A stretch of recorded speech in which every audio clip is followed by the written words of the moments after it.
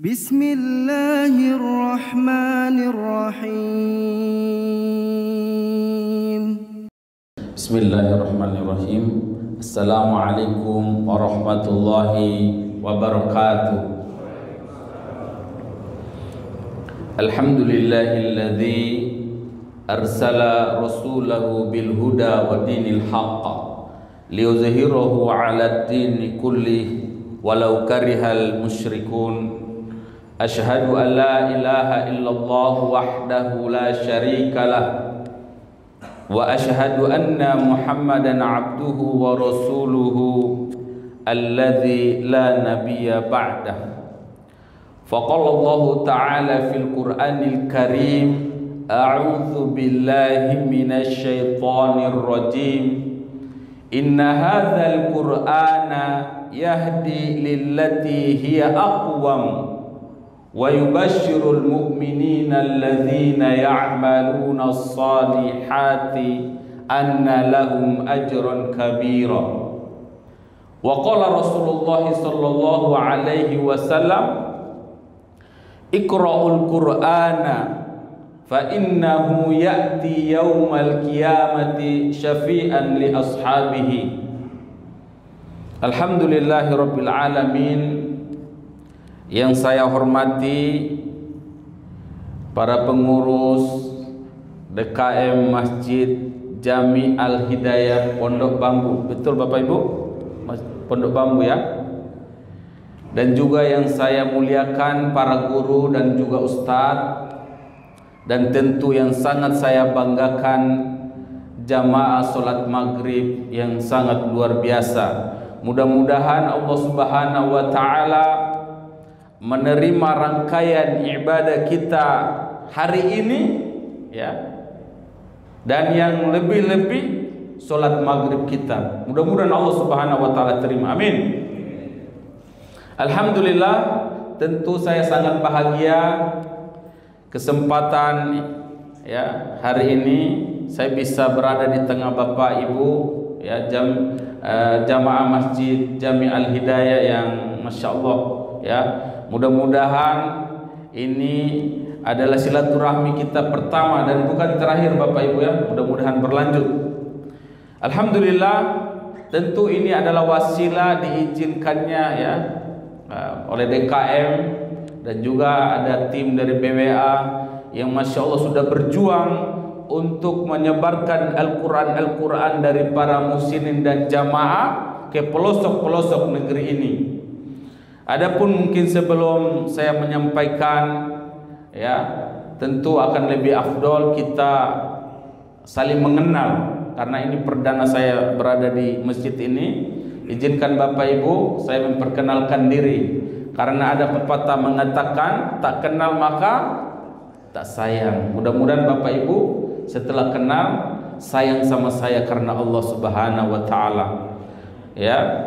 Alhamdulillah Bapak Ibu, perkenalkan nama saya sebelum masuk Islam ya, Orlando Pinto, itu nama baptis saya waktu saya lahir ya, tepatnya di Timur Timur atau saat ini jadi Timor Leste.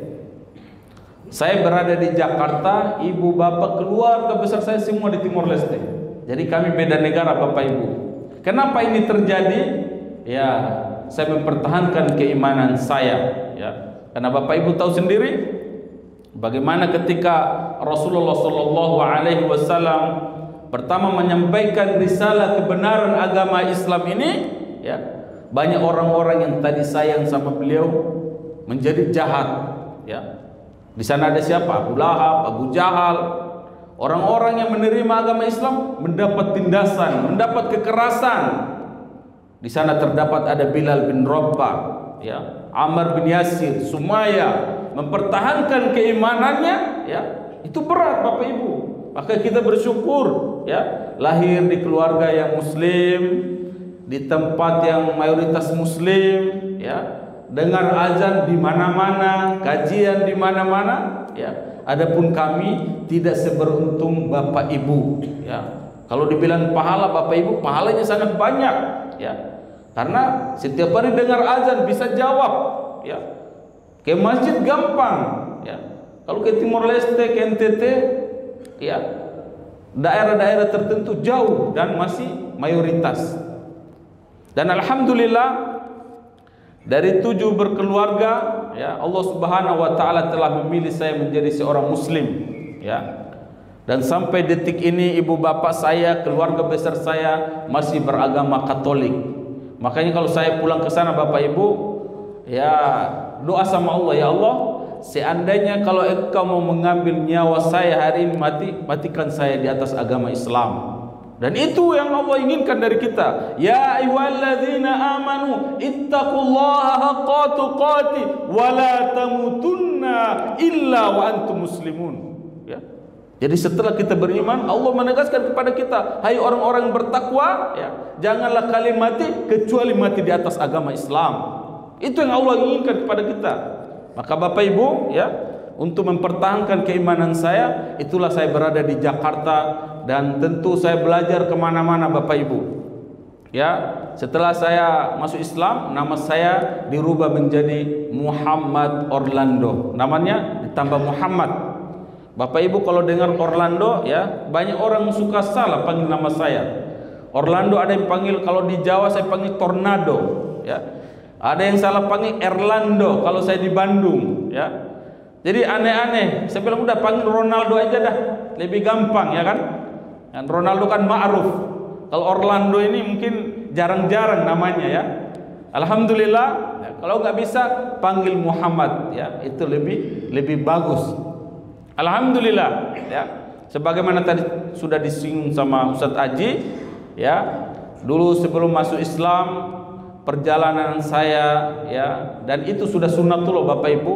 Umar bin Khattab ketika sebelum mendapat hidayah Islam, ya, waktu itu ketika Rasulullah Shallallahu Alaihi Wasallam menyampaikan risalah kebenaran agama Islam ini, kemudian masuklah orang-orang Islam.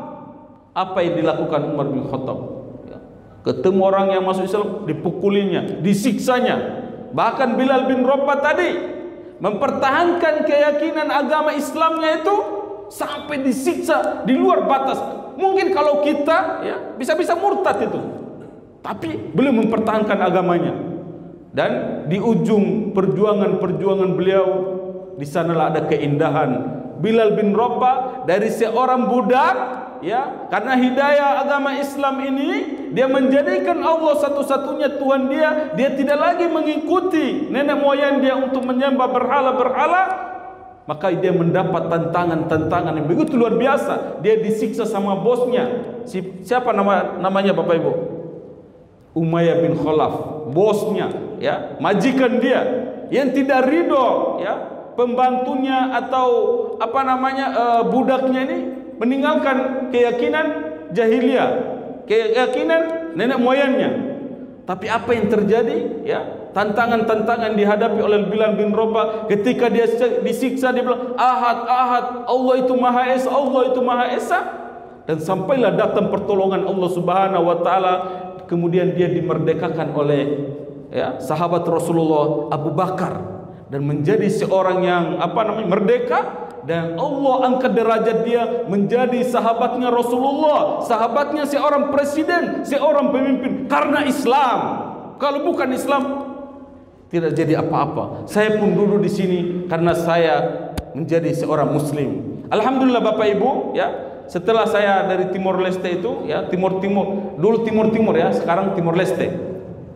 Saya pernah mengikuti, ya, bersama para pemuda gereja, yang dimana kami mendapat informasi, karena memang di tempat kami ini banyak orang sudah masuk Islam, ya, banyak orang sudah mulai masuk Islam. Dan yang dakwah ini ada namanya Ustadz Jainuddin, ya, Ustadz Jainuddin. Saya lihat jam dulu Bapak Ibu, takut ini, ya.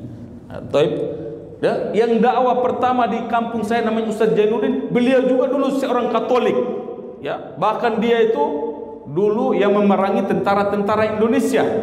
Tapi izin Allah Subhanahu wa taala, ketika dia ditangkap di hutan, bawa ke kota, ya, tentara-tentara Indonesia ini rupanya banyak yang muslim, ya. Beliau rajin sholat, buat baik, sehingga Pak Jainuddin melihat keindahan Islam dari tentara-tentara ini. Dan disitulah kisah ceritanya beliau masuk Islam dan beliau mendakwakan Islam di tempat kami dan banyak orang masuk Islam. Ya, setelah banyak orang masuk Islam, apa yang terjadi? Mulai banyak datang ya masalah-masalah menghadapnya. Yaitu orang-orang gereja tidak ridho, orang-orang di luar tidak akan ridho. Gimana dia masuk? Dia ajak keluarga kita masuk Islam semua. Dan di antara perjuangan dakwah dia dari akhir tahun 80-an, beliau dakwah di Timor Leste, ya, Timur-Timur. Dan di sana banyak orang masuk Islam. Sampai sekitar tahun 2017 kemarin, beliau sudah Islamkan sekitar 1000 orang. Dan dari 1000 orang yang beliau Islamkan itu, saya salah satu di antara mereka. Dan beliau, Masya Allah Bapak Ibu, dakwanya sangat luar biasa. Ya, dakwah bukan ceramah begini, tetapi beliau dakwah dengan bilhal. Ya, dia datang orang-orang yang tidak mampu, mau Islam, mau Katolik, mau Protestan, beliau bantu. Misalnya anak-anak tidak mampu sekolah, dia sekolahkan. Orang nggak punya beras, dia datang kasih beras. Ya, orang bikin acara, ya. Kami orang Timor Leste itu kebiasaan hampir setiap minggu itu ada pesta. Ya, pesta di mana-mana acara. Beliau itu ngirim kambing 1 ekor, kasih ayam. Itu yang dakwah yang beliau lakukan. Dan alhamdulillah dari situlah orang-orang masuk Islam. Jadi bukan dipaksa, ya. Jadi tidak ada paksaan. Tapi karena dakwah beliau inilah, ya, orang-orang di kampung kami mulai marah dan saya pun ikutan. Dan waktu itu kami mulai lempar masjid. Puncaknya kami hancurkan semua isi-isinya, tinggal masjid itu tersisa tembok dan juga atapnya. Semua isi-isinya Al-Quran kita bakar. Makanya kemarin kalau saya ke Timor Leste, ya, saya diganggu, dibully atau diejek, ya, sama teman-teman saya tentara, ya. Sekarang apa namanya, mereka tentara Indonesia tapi tugas di perbatasan Indonesia Timor Leste. Jadi waktu saya mampir di sana, dia bilang sama teman-temannya tentara, kamu kenal nggak sama Orlando ini? Dulu lempar masjid, bakar Al-Quran, jadi ustadz dia. Ya, saya tidak bisa jelaskan di dalam kesempatan yang sempit, ya. Tetapi saya posting lewat Facebook sehingga mereka baca-baca. Dan itulah saya mengikuti, ya, tragedi yang terjadi pada waktu itu dan kejadiannya pas hari Minggu sehingga orang-orang Islam semua lari, ya. Dan Pak Jainuddin dituduh dia itu teroris, dia itu penjahat, dia itu apa namanya, dituduh yang buruk-buruk. Bahkan tembok-tembok masjid itu ditulisan bahasa-bahasa jorok, ya. Tapi Pak Jainuddin tetap istiqomah. Masya Allah, sampai 2017 kemarin, ya, karena beliau cinta kepada Islam, dakwakan Islam, ya, terus di jalan Allah. 2017 kemarin beliau mendapatkan hadiah umroh dari salah satu muslimin di Jakarta, ya. Beliau lagi di NTT, ya, karena kami udah mengungsi ke Indonesia. Di NTT beliau ditelepon, Pak Jainuddin tolong datang ke Jakarta, insya Allah Bapak dapat hadiah umroh. Memang sudah wajar itu, sudah wajar Allah angkat derajatnya, karena pengorbanan dia begitu luar biasa. Bahkan orang sudah berkali-kali mau membunuhnya, ya. Tetapi Allah belum mengizinkan, belum waktunya. Akhirnya beliau datang ke Jakarta. Singkat cerita, beliau berangkat umroh, ya. Setelah umroh 2 minggu kemudian beliau kembali ke Indonesia, ya. Kemudian lanjut ke NTT. Dalam waktu sekitar 2 bulan kemudian dapat lagi telepon, ya, dari Duta Besar Arab Saudi untuk Indonesia. Beliau langsung memberikan hadiah haji untuk Pak Jainuddin Halimin, Ustadz ini, dai ini. Hanya beliau kembali lagi datang ke Jakarta dan berangkatlah haji. Dan ketika di haji itulah tahun 2017 itu, di akhir ibadah rangkaian haji ini Allah wafatkan beliau di Mekah. Coba bayangin Bapak Ibu, bagaimana Allah mengangkat, ya, derajat orang-orang yang di jalan Allah, ya. Bilal bin Rabah tadi dari budak menjadi sahabat Nabi, menjadi orang yang mulia sampai detik ini kita ingat, kita tahu kisahnya. Begitu juga Pak Jainuddin. Dan itu yang saya merasakan, ya. Dan perjuangan sangat luar biasa. Mudah-mudahan Allah Subhanahu wa taala ampuni dosa-dosanya dan Allah jadikan beliau termasuk orang-orang ahli surga. Karena Bapak Ibu, beliau itu adalah jasa buat kami mualaf-mualaf dari Timur-Timur dan NTT dan Timor Leste, ya. Kemudian kisah saya mengikuti beliau menjadi mualaf itu ketika terjadi tahun 99, ya, tragedi tahun 99 di mana Timur-Timur keluar dari Indonesia menjadi Timor Leste. Saya lagi di kota karena sudah perang, saya dibawa, ya, lari ke NTT. Dan di NTT saya tinggal bersama beliau. Padahal saya mikir-mikir ya. Dulu di Timur, saya tetangga beliau, saya jahat. Saya lempar masjidnya, bakar Al-Quran, motor ustadz kami bakar, ustadz yang dari Lamongan ditugasin di sana kita tangkap, ya. Tapi ketika nyampe di pengungsi NTT, karena beliau yang kenal sama saya, akhirnya saya tinggal di rumahnya. Ibu bapak saya tidak tahu. Ibu bapak saya tinggal di Timor Leste, karena saya lagi main di kota, tragedi saya langsung berangkat. Ibu bapak saya di kampung, ya. Akhirnya datang ke NTT, disitulah saya tinggal sama Ustadz Jainuddin Sandai ini, ya. 2 tahun saya tinggal bersama beliau. Beliau sama sekali tidak paksa saya untuk masuk agama Islam, dan itu yang diajarkan oleh Allah, ya. La ikraha fid din. Tidak ada paksaan di dalam beragama Islam. Tidak boleh kita paksa orang masuk Islam, ya. Yang ada kita dakwakan pelan-pelan, ya. Misalnya ada tetangga, ada teman-teman yang non, ya nggak apa-apa. Kita muamalah dengan baik, jujur, bantu. Itu Islam. Islam itu saling sayang, peduli, ya, baik.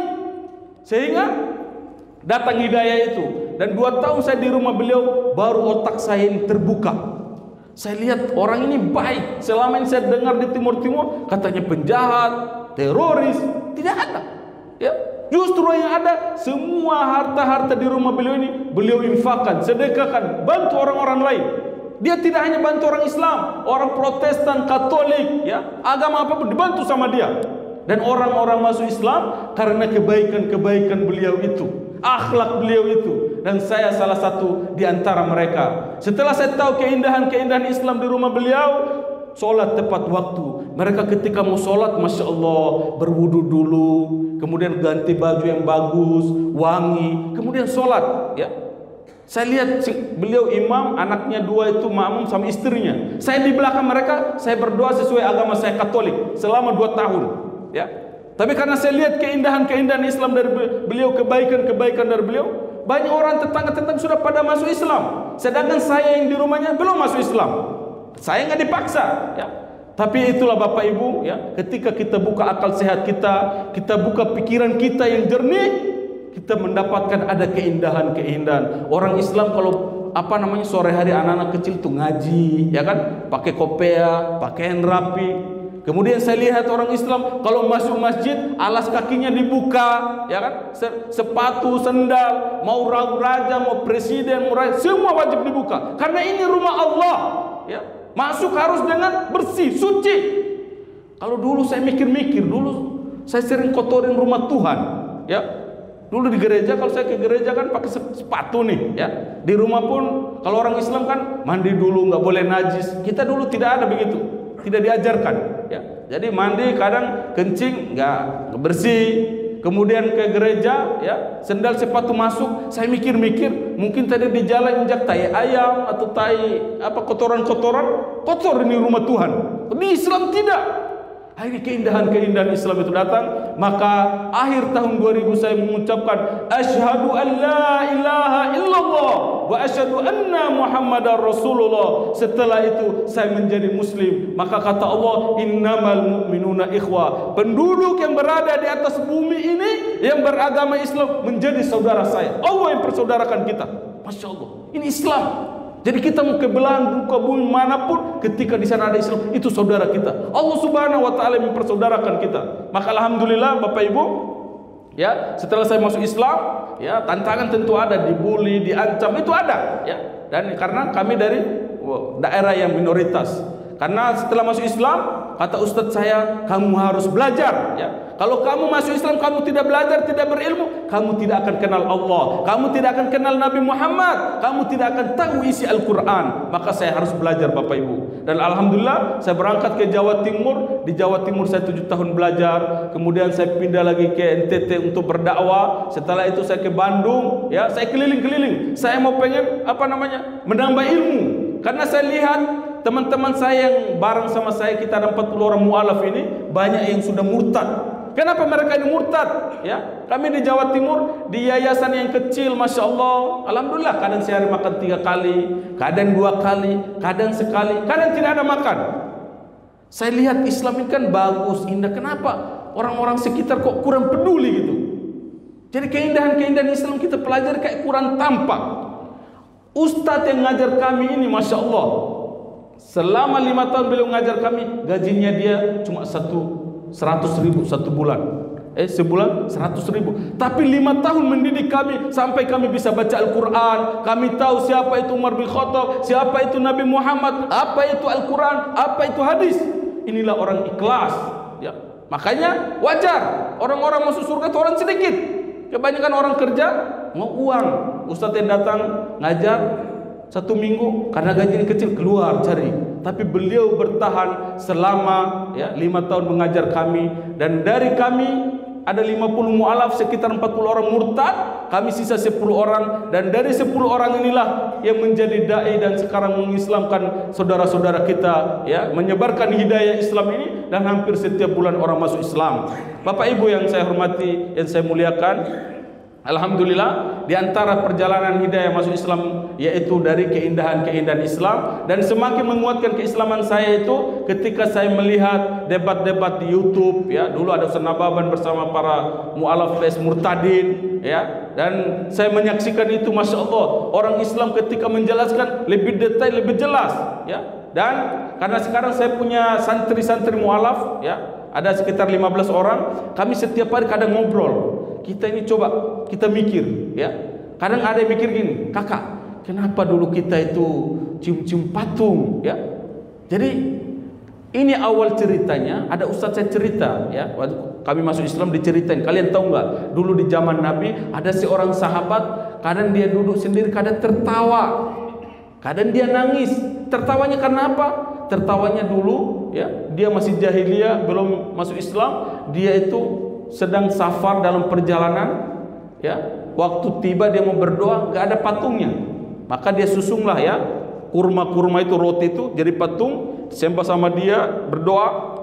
Habis berdoa dia melanjutkan perjalanan. Di tengah jalan dia lapar, diambillah patung itu, tangannya, kakinya, kepalanya. Jadi dia mengingat itu. Lucu, otak kami langsung kebuka. Saya ingat kalau di Timor Leste itu, kita di pasar itu ada jual-jual patung, patung-patung Bunda Maria, segala macam. Ini kisah pribadi saya, Bapak Ibu, saya menceritakan ini sebagai perjalanan saya masuk Islam. Saya lihat di situ dari ukuran kecil sampai besar, kemudian orang ambil, nanti disitulah bawa ke gereja, dikasih air suci, itulah taruh di rumah. Jadi hampir rumah-rumah kami di sana itu setiap rumah pasti ada patung Yesus, dan disitulah kami berdoa.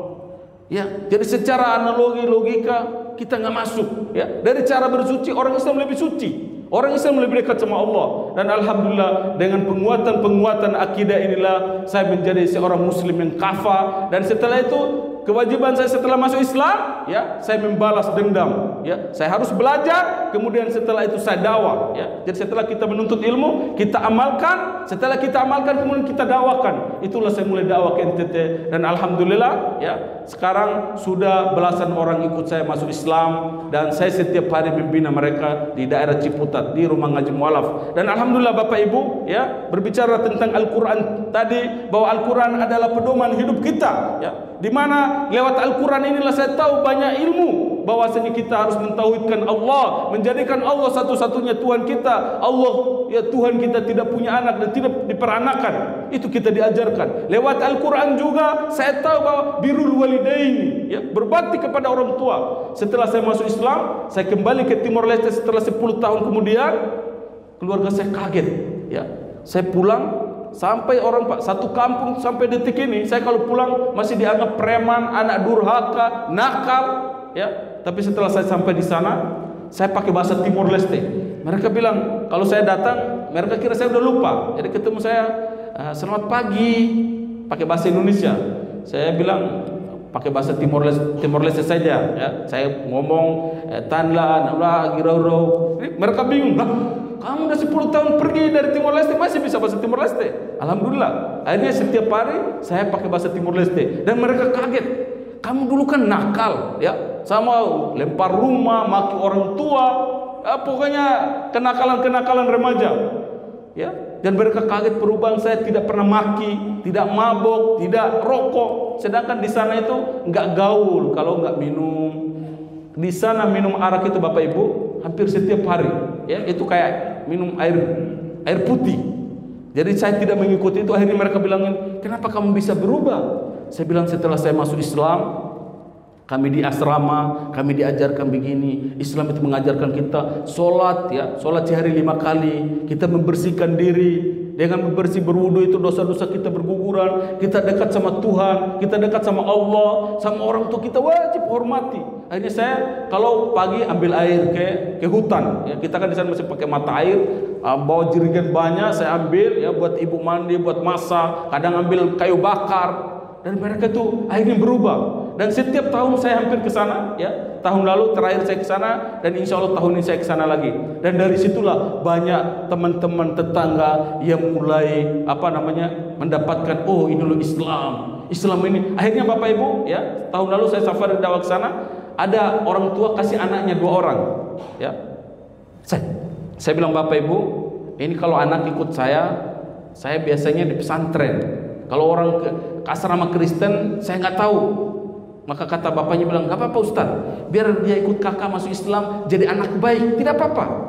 Jadi orang tuanya ngasih, bukan saya paksa, saya daun enggak. Tapi karena sering kita datang peduli, ya kita ada uang beli gorengan buat anak-anak muda lagi nongkrong, ya ngajak ngopi.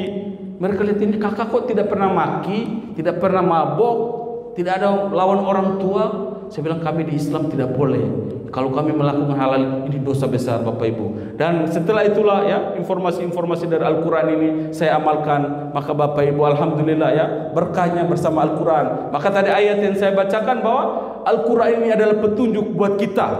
Siapa saja mengikutinya insya Allah dia akan sampai akhirat selamat ya. Taraktum fikum amrayni ma in tamassaktum bihima lan tadilu abada ya. Ada 2 pusaka yang kata Rasulullah, apabila kita mengikuti 2 ini kita tidak akan tersesat baik di dunia sampai di akhirat sampai surga, yaitu Al-Quran dan juga Al-Hadis. Maka alhamdulillah Bapak Ibu, dulu saya benci Al-Quran, benci Islam, saya lempar masjid, bakar Al-Quran. Maka sekarang saya berusaha untuk membela kebenaran ini. Maka saya dakwah ketika anak-anak masuk Islam ikut saya ya. Alhamdulillah ya, datang ke Jakarta setelah tinggal bersama saya di rumah ngaji mualaf. Setelah syahadat saya mengajari mereka 1 bulan bisa baca Al-Quran, ada yang 2 bulan bisa baca Al-Quran. Sayang hari ini saya tidak bawa ya, biasanya saya ngajak, jadi biar kita langsung lihat bagaimana dia mengaji. Dan alhamdulillah 10 bulan dia sudah bisa hafal 1 juz ya, juz 30 udah hafal, sekarang masuk juz 29. Dan saya tidak mau rugi ketika mendidik mereka. Saya dakwah alhamdulillah mereka dapat hidayah Islam. Ketika mereka datang tinggal bersama saya didik mereka untuk menghafal Quran. Setelah mereka bisa membaca Al-Quran, saya ngajak istri saya langsung ke Gramedia, kita belikan Al-Quran ya. Saya nggak mau rugi ya, saya tidak mau rugi. Karena nanti kalau dia baca Al-Quran setiap hari, saya dapat pahala. Misalnya kalau hari ini saya mati, mungkin pahala tadi saya ngaji, pahala tadi santri-santri ngaji, saya bawa itu bekal buat hidup saya. Ya, maka saya sama istri belikan buat santri-santri sudah baca Al-Quran. Maka itulah yang saya lakukan di dalam berdakwah ini Bapak Ibu. Alhamdulillah ya, alhamdulillah santri-santri ini siap untuk berdakwah di daerah mereka dengan akhlak-akhlak yang setelah kita bina ini. Maka Bapak Ibu ya, sebagai tujuan tadi diantara di sini untuk memperkenalkan dan juga motivasi, saya ngajak Bapak Ibu ya. Sekarang saya datang bersama tim BWA yang saya gabung bersama beliau-beliau karena beliau-beliau sudah peduli mualaf ini ya. Beliau sudah peduli mualaf-mualaf di rumah ngaji mualaf dan mualaf di tempat lain. Maka saya mengajak Bapak Ibu untuk ikut berkontribusi berwakaf Al-Quran dengan apa yang kita mampu ya, dengan apa yang kita bisa. Kalau dakwah ini secara sendiri-sendiri tidak akan jalan. Dan kadang saya sedih Bapak Ibu. Dan saya dulu pertama di Jakarta kuliah ya, saya baru dapat beasiswa kuliah di daerah di kampus Tidi Al-Hikmah Mampang ya, di daerah Bangka. Saya kuliah semester 1 ya, langsung rektornya yang ngasih hadiah karena saya mualaf, dikasihlah saya kuliah. Saya baru 1 kali semester 1 saya dapat informasi banyak teman-teman saya murtad. Saya sakit hati. Saya bilang, kenapa ustadz-ustadz ini banyak ceramah-ceramah, jamaah ini banyak orang Islam, kenapa tidak ada yang peduli? Ya, waktu itu kami nggak ada orang yang kenal kami tidak bisa berbicara. Jadi saya itu merasa kayak sendirian. Ya, maka saya hadap Pak Rektor, saya bilang, Ustadz, saya izin, saya mau keluar kampus, saya nggak mau kuliah. Lah, kenapa kamu? Kok tiba-tiba minta? Saya bilang, ngapain saya kuliah? Orang banyak teman-teman saya mualaf banyak murtad, nggak ada orang peduli. Untuk apa ini belajar begini? Terus beliau panggil saya ke kantor, ya kita ngobrol. Saya bilang, terus apa yang antum mau? Saya bilang, Ustadz kalau bisa bantu mualaf ini. Dengan cara apa? Ya Ustadz, ini kan mereka baru selesai SMA. Kalau mereka balik ke NTT, banyak udah murtad. Sekarang kalau ini berangkat lagi ke NTT, pasti murtad. Akhirnya dari situ beliau bilang, Orlando, bawalah adik-adik mualaf yang siap mau belajar. Akhirnya dari situ setiap semester saya masukkan 2 orang, dan mereka itulah menjadi dai-dai. Dan ketika wisuda, masya Allah, ibu bapaknya dari NTT datang, bapak ibu orang kampung datang menghadiri wisuda anaknya, ya. Di situ dia melihat keindahan Islam, orang-orang Islam baik, walaupun dia rektor, dia dosen, tapi sayang sama orang tuanya mualaf ini. Maka ketika di acara wisuda ini, ibu bapaknya mengucapkan asyhadu an la ilaha illallah wa asyhadu anna muhammadar rasulullah, sampai trending topik di YouTube. Masuk Islam anak orang tuanya, ya. Dan pahala tentu buat dosen itu, buat anaknya, donatur sudah bantu, ya Bapak Ibu. Maka saya mengajak Bapak Ibu, kita bantu untuk berwakaf Al-Quran ke saudara-saudara kita di pedalaman. Karena kemarin saya dapat informasi, masya Allah, ya, ada orang ustadz, dia itu murtad. Setelah dia murtad, apa yang dia buat? Dia tidak mau rugi sendiri. Dia tulis, ya, tulisan-tulisan, dia sebarkan, dia fotokopikan, kemudian dia sebarkan di pedalaman-pedalaman untuk tujuannya memurtadkan saudara-saudara kita yang muslim. Coba, mereka semangat padahal mereka nggak dapat pahala, ya, mereka tidak dapat pahala. Kebaikan-kebaikan mereka seperti debu yang berterbangan, tidak ada gunanya di hadapan Allah. Adapun kita orang Islam, masya Allah, famay ya'mal mithqala dzarratin khairan yara. Sebaik apapun, ya, sedikit saja pahala, apa kebaikan orang Islam yang di dalam hatinya Allah sebagai Tuhannya dapat pahala, ya. Maka kita akan lebih-lebih punya kesempatan hari ini, ya. Hari ini kesempatan kita masih hidup. Saya ingat salah satu syekh yang tadi saya sebutkan, Syekh Aid Al-Qarni, beliau mengatakan bahwa orang yang hidup hari ini punya 2 kesempatan. Kesempatan pertama yaitu dia bertobat dari dosa-dosanya, karena hari ini dia hidup, ya. Banyak mungkin manusia di belahan bumi, bahkan di Jakarta ini banyak orang hari ini wafat, ya. Mereka tidak bisa menambah amal baik mereka, ya. Kata Syekh ini, ya, adapun kita masih punya kesempatan, kita bertobat dari dosa-dosa kita, dosa dulu sampai dosa detik ini, dosa besar maupun dosa kecil, dosa yang nampak maupun dosa yang tersembunyi, semua kita tahu, ya. Maka kita punya kesempatan hari ini 2. Pertama, kita bertobat dari dosa-dosa kita. Yang kedua, kata beliau apa? Yaitu kita memperbaiki dan memperbanyak amal-amal yang terbaik hari ini buat kita, karena besok atau nanti malam kita tidak tahu. Maka mari sama-sama Bapak Ibu kita bantu untuk berdakwah. Bapak Ibu cukup, ya, di Jakarta kerja dan sibuk, ya, bisnis dan lain-lain, cukup dengan berwakaf Al-Quran ini sebagai peduli kita untuk saudara-saudara kita di pedalaman. Orang yang sudah murtad aja berani mengeluarkan harta, apalagi kita yang orang Islam. Kalau kita bukan kita yang bergerak, siapa yang bergerak? Ya, mungkin hari ini Allah Subhanahu wa taala mengerahkan hati saya datang ke sini untuk mengajak Bapak Ibu untuk berbuat baik. Maka Bapak Ibu, ya, jangan kita lewatkan momen hari ini kita hidup dan momen hari ini kita sehat. Maka keluarkan dari harta-harta kita ini, ada bagian-bagian saudara-saudara kita di pedalaman yang membutuhkan Al-Quran. Jangan sampai orang lain datang kasih mereka Injil dan kitab-kitab yang lain, ya. Kita rugi. Ini saya sudah sampaikan, nanti di hadapan Allah kita sama-sama bertanggungjawabkan. Dan BWA ini masya Allah sudah berdiri dari tahun 2005 sampai tahun ini sudah sekitar 19 tahun, ya. Beliau sudah berpengalaman menyebarkan Al-Quran di pelosok-pelosok negeri ini. Mungkin kita bisa lihat dokumentasinya, Ustaz. Perjalanan BWA di dalam sini.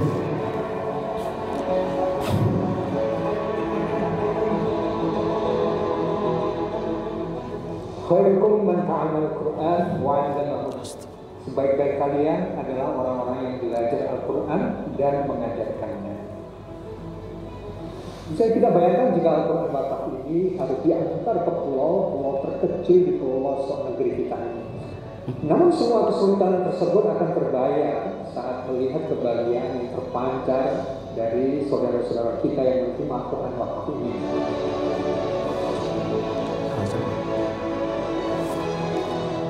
Tidak semua rumah umat muslim itu di pelosok tersedia Al-Quran. Ditambah lagi banyak Al-Quran yang keadaannya sudah rusak dan tidak layak digunakan di masjid-masjid pelosok negeri kita ini. Tentunya kondisi ini akan menghambat proses belajar dan mengajar Al-Quran.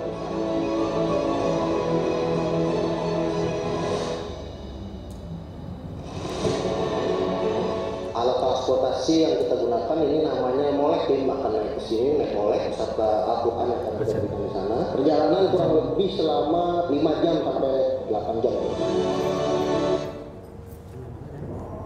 Oh, baca. Dengar aja. Itu aja dulu aja.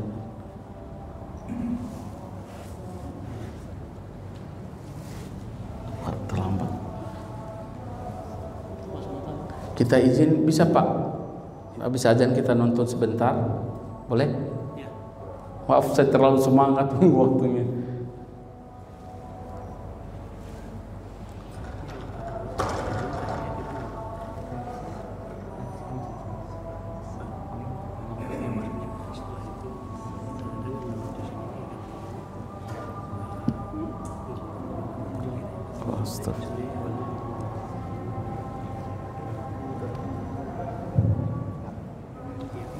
فبأي آلاء